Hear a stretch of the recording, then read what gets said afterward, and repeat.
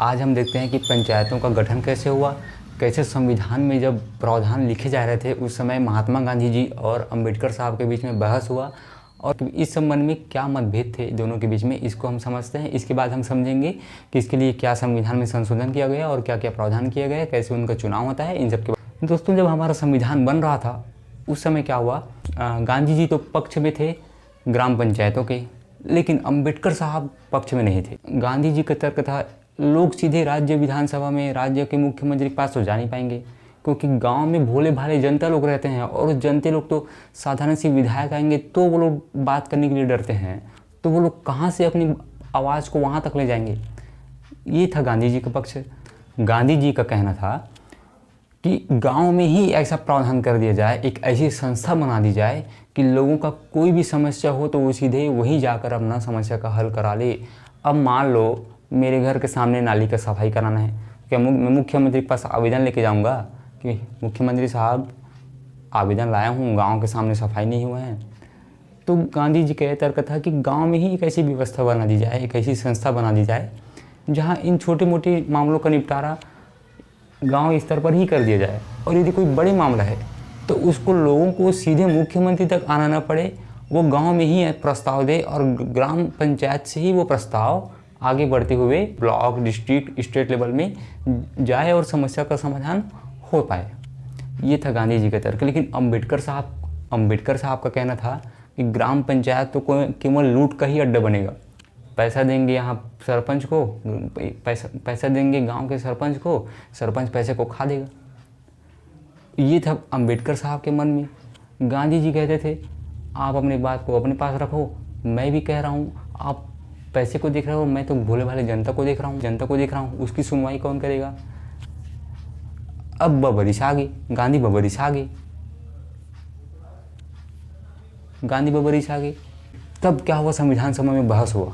संविधान सभा में जब बन रहा था हमारा संविधान, तब उस समय सबको साथ लेकर चलना था। तभी क्या हुआ, उन लोगों ने कहा देखो हम न इसकी मानेंगे न उसकी, हम बीच का रास्ता निकालेंगे। तब क्या बीच का रास्ता निकाला गया, हमारे संविधान में प्रावधान है डीपीएसपी। ये है अनुच्छेद 36 से 51 तक। डीपीएसपी अनुच्छेद 36 से 51 तक ये प्रावधान है। इसमें उन चीज़ों को शामिल किया गया है जिसको राज्य तभी लागू करेगा जब उसको लागू करने में सक्षम हो। तब एक सहमति बनी कि एक काम करते हैं, हम डीपीएसपी में राज्य के नीति निर्देशक तत्व में इसको शामिल कर देते हैं। जब भी लगे कि राज्यों को इसको लागू कर देना चाहिए तब राज्य लागू कर देंगे।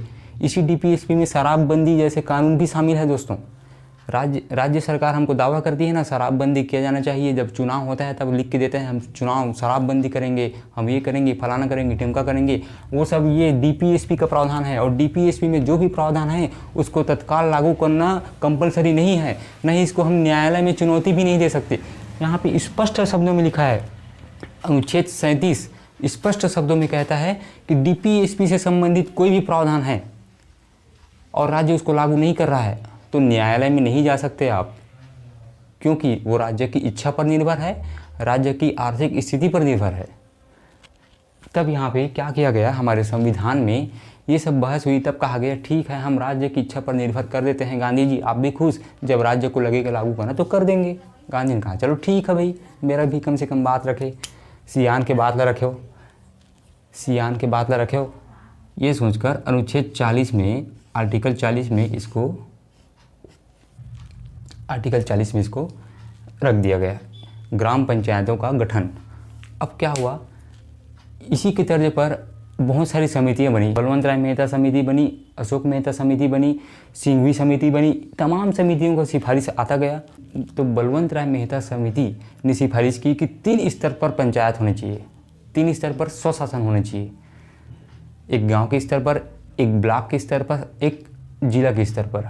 तो बलवंत राय मेहता समिति की सिफारिश पर ही 3 स्तर पर पंचायत व्यवस्था को लागू किया गया। लेकिन संविधान में इसके लिए तो स्पष्ट प्रावधान नहीं था। तब तमाम सिफारिशें आई, तब इसके लिए संविधान में संशोधन किया गया और 73वां संविधान संशोधन किया गया इसके लिए। सबसे पहले राजस्थान के नागौर में 2 अक्टूबर 1959 को पंचायत को एक सीमित क्षेत्र में लागू करके देखा गया, लेकिन इसमें संविधान में स्पष्ट प्रावधान नहीं थे। अनुच्छेद 40 के तहत डीपीएसपी राज्य के नीति निर्देशक तत्व में थे, उसको शामिल किया गया था, लेकिन डीपीएसपी में जो शामिल होते हैं, जो प्रावधान शामिल होते हैं, उसको लागू करना राज्य के लिए अनिवार्य नहीं था और अनिवार्य नहीं है। डीपीएसपी में जो प्रावधान होते हैं उसको राज्य के लिए लागू करना अनिवार्य नहीं होता। इसलिए क्या किया गया, हमारे संविधान में संशोधन किया गया, संविधान में ही इसके लिए प्रावधान कर दिया गया कि इसको तो लागू करना ही चाहिए राज्यों को। तब क्या किया गया, 1992 में जब नरसिम्हा राव जी की सरकार थी, उस समय 73वां संविधान संशोधन किया गया। इससे पहले 72 बार संविधान में संशोधन हो चुका था, इसलिए ये जो संविधान संशोधन है वो 73वां संविधान संशोधन कहलाया 1992 में। इसमें हमारे संविधान में अनुच्छेद 243 जोड़ा गया और जो ग्राम पंचायतों के लिए जो प्रावधान है उसके लिए अनुच्छेद 243 ए से लेकर ओ तक का प्रावधान किया गया। इसमें ए बी सी डी में अलग अलग उसकी शक्तियाँ, उसके लिए कार्य, ये सब चीज़ों के बारे में चर्चा की गई है। तब क्या हुआ दोस्तों, हमारे संविधान के भाग 9 में इसको शामिल किया गया, हमारे संविधान के भाग 9 में इसको जोड़ा गया और हमारे संविधान के जो अनुसूची है, जो 12 अनुसूची है, उसमें से 11वीं अनुसूची में इसको शामिल किया गया। 11वीं अनुसूची में इसको रखा गया। हमारे मूल संविधान में 8 अनुसूचियाँ थी और जो आज 12 अनुसूची है, तो 4 अनुसूची संविधान में संशोधन करते हुए डाला गया है। तो हमारे संविधान के जो 11वीं अनुसूची है उसमें जो प्रावधान किया गया है ग्रामीण स्तर पर पंचायतों के बारे में। दोस्तों, संविधान में संशोधन ऐसे ही नहीं होता, इसमें 2/3 बहुमत की आवश्यकता होती है, अर्थात यदि 300 लोग हैं तो उसमें से 200 लोगों की समर्थन की आवश्यकता होती है, तभी संविधान में संशोधन होता है। पंचायत को राज्य सूची का विषय रखा गया, स्थानीय स्वशासन को राज्य सूची का विषय रखा गया, अर्थात इसको राज्यों पर छोड़ा गया। हमारे संविधान में 3 अनुसूचियाँ हैं, एक है समवर्ती सूची, एक है केंद्र सूची और एक है राज्य सूची। केंद्र सूची वो है जिसमें केवल केंद्र सरकार ही नीति बना सकती है, नियम बना सकती है।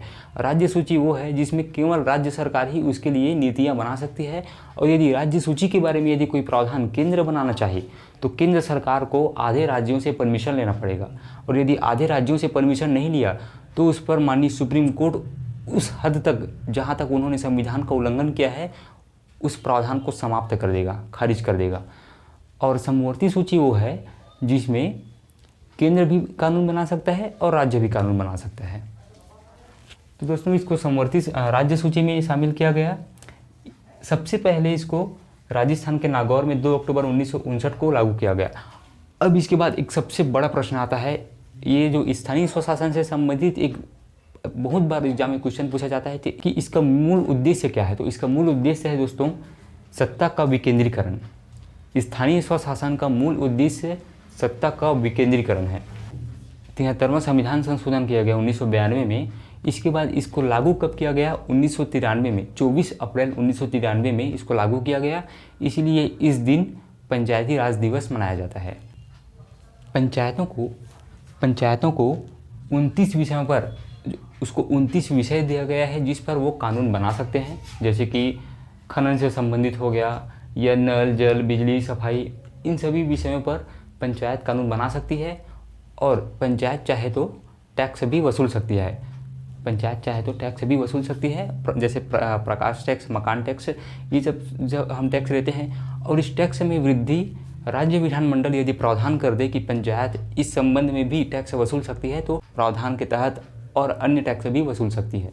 अब दोस्तों देखते हैं इसका चुनाव कैसे होता है। इसका चुनाव राज्य निर्वाचन आयोग कराता है। राज्य निर्वाचन आयोग का काम है कि स्थानीय स्वशासन, जो नगर पंचायत, नगर पालिका, इन सब चीज़ों का जो चुनाव है वो राज्य निर्वाचन आयोग, स्टेट इलेक्शन कमीशन कराती है। और जो केंद्रीय निर्वाचन आयोग है वो राष्ट्रपति, लोकसभा, विधानसभा का चुनाव कराती है। अक्सर हम कंफ्यूज हो जाते हैं कि विधानसभा का चुनाव राज्य निर्वाचन आयोग कराती है, ये गलत बात है। विधानसभा का चुनाव केंद्रीय निर्वाचन आयोग कराती है और राज्य निर्वाचन आयोग स्थानीय स्वशासन का चुनाव कराता है। और इसके लिए जो दिशा निर्देश है, जो तरीके हैं, ये राज्य विधानमंडल तय करती है। जो पंचायतों का चुनाव है वो 5 साल के लिए होता है, जो पंचायतों का चुनाव है वो 5 साल के लिए होता है और ये प्रत्यक्ष रूप से चुनाव किया जाता है। सरपंच, पंच, इन लोग का चुनाव प्रत्यक्ष रूप से होता है। केवल उप सरपंच का चुनाव अप्रत्यक्ष रूप से होता है, उसको पंचों के द्वारा चुना जाता है।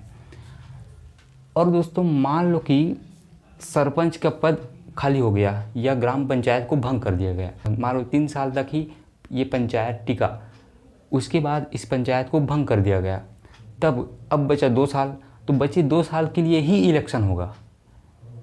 उसके बाद फिर से नया चुनाव कराया जाएगा। राष्ट्रपति के चुनाव में क्या होता है, यदि राष्ट्रपति की मृत्यु हो गई या वो इस्तीफा दे दिया, तो बचे हुए कार्यकाल के लिए राष्ट्रपति का चुनाव नहीं होता, वो फिर से 5 साल के लिए होता है। लेकिन यहाँ यदि भंग हो जाए समय से पहले तो फिर से 5 साल के लिए नहीं होगा, वो बचे हुए कार्यकाल के लिए पंचायतों का चुनाव होता है। अब इसमें महिलाओं के लिए भी प्रावधान किया गया है। पंचायतों में 1/3 सीट महिलाओं के लिए रखा गया है।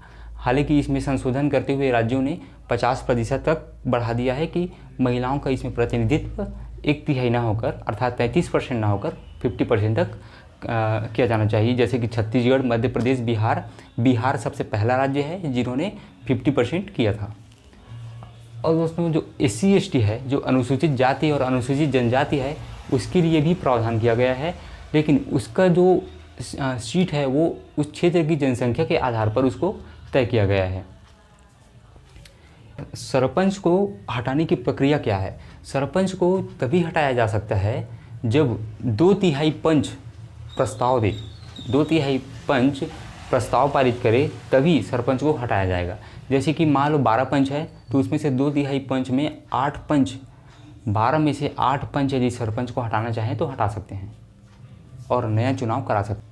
और वो नया चुनाव जो होगा वो बचे हुए कार्यकाल के लिए होगा, न कि 5 साल के लिए। और दोस्तों, इस चुनाव में वोट कौन देता है? इस चुनाव में वोट ग्रामीण मतदाता जो उस पंचायत क्षेत्र के अंतर्गत आते हैं, वो जो पंचायत क्षेत्र के अंतर्गत आते हैं, जितने लोग वोटर जो 18 साल से ऊपर हैं, वही लोग ग्राम सभा के भी सदस्य होते हैं। प्रश्न पूछा जाता है कि ग्राम सभा का सदस्य कौन होता है? पंचायत के क्षेत्राधिकार के अंतर्गत जितने मतदाता आते हैं वही ग्राम सभा के सदस्य होते हैं। इसलिए गांव में जब कोतवाल मुनियादी करता है कि ग्राम सभा का बैठक होगा, तो इसका मतलब यह है कि उसमें सभी जो जितने भी वोटर हैं उस गांव के क्षेत्र के अंतर्गत, पंचायत के क्षेत्र के अंतर्गत, वो सब उस ग्राम सभा में शामिल हो सकते हैं। अब इसके लिए पंचायत तो बन गया, लेकिन पैसे की भी ज़रूरत है। तो इसके लिए हमारे संविधान में अनुच्छेद 243I, मैंने बताया था 243 से O तक प्रावधान किया गया है। तो अनुच्छेद 243I में राज्य वित्त आयोग का गठन किया गया। राज्य वित्त आयोग क्या करता है? पंचायतों को कब कितना पैसा देना है, किसमें कितना खर्च किया जाना चाहिए, इससे संबंधित सिफारिश राज्य सरकार को सौंपती है और राज्य सरकार इसके लिए, राज्य विधानमंडल इसके लिए प्रावधान करती है। और राज्य वित्त आयोग का गठन राज्यपाल के द्वारा किया जाता है। और दोस्तों, एक सबसे बड़ी चीज़ यहाँ पे सरपंच का पावर क्या होता है? यहाँ पे एक सबसे बड़ी चीज़ होती है ग्राम कचहरी।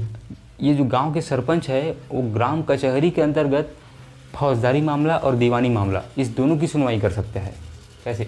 फौजदारी मामला मतलब होता है कोई क्रिमिनल केस, जैसे कोई चोरी हो गया या छोटी मोटी कोई घटना हो गई गांव में, उससे संबंधित है।